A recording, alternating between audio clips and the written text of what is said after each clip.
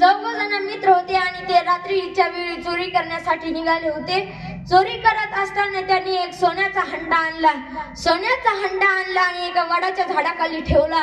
त्या चौघजणांना भूक लागली होती. त्यापैकी दोघ जण रात्रीच्या वेळी धाब्यावर गेले.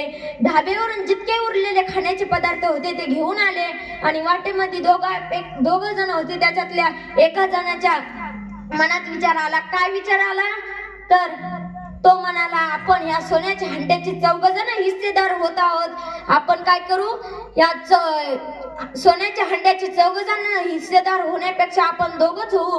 म्हणून त्यांनी काय केलं की जे खाण्याचे पदार्थ आणले होते त्यात विष कालवलं. विष कालवल्याच्या नंतर तो दुसऱ्याला म्हणाला, तू यात विष का कालवलं रे? तर तो म्हणाला, अरे आपण या सोन्याच्या हंड्याचे दोघजण हिस्सेदार होणार आहोत म्हणून मी यात विष कालवलं. म्हणजे हे खाण्याचे पदार्थ ते खातील मग ते मरतील, मग आपण ह्या सोन्याच्या हंड्याचे दोघ जण हिस्सेदार होऊ. तरी त्या झाडाखालच्या दोघ जणांनीही विचार केला की अरे आपण जर सोन्याच्या हंड्याचे चौघ जण हिस्सेदार होत आहोत तर आपण काय करू, दोघच होण्यासाठी ह्या दोघांनी रात्रीच्या वेळी वावरातून 2 दगड आणले. मोठाले दगड आणली. याला माहित होतं की आले की झोपतील म्हणून ते आल्याच्या नंतर सांगितलं, तुम्ही खाऊन घ्या, आम्ही झोपतो. तर 1 घंटा झाला, 1.5 घंटा झाला, हे उठले आणि त्या दोघांच्या डोक्यात 2 दगड टाकले. ते दोघांच्या तोंडातून सुद्धा आवाज निघला नाही.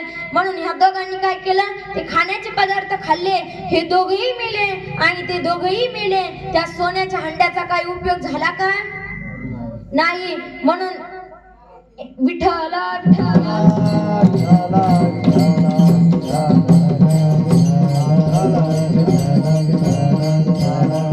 म्हणून स्वामी विवेकानंद म्हणतात, जो पैशाच्या पाठीमागे भिटकत असतो.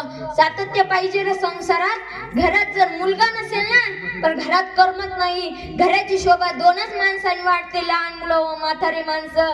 नवीन लग्न झाले, 12 महिने झाले की मुलगा होण्याची चिंता वाटते व तो त्याच्या मित्राला म्हणतच असतो, पुत्र व्हावायचा गुंडा त्याचा ही लोकी झेंडा. विठ्ठल विठ्ठल.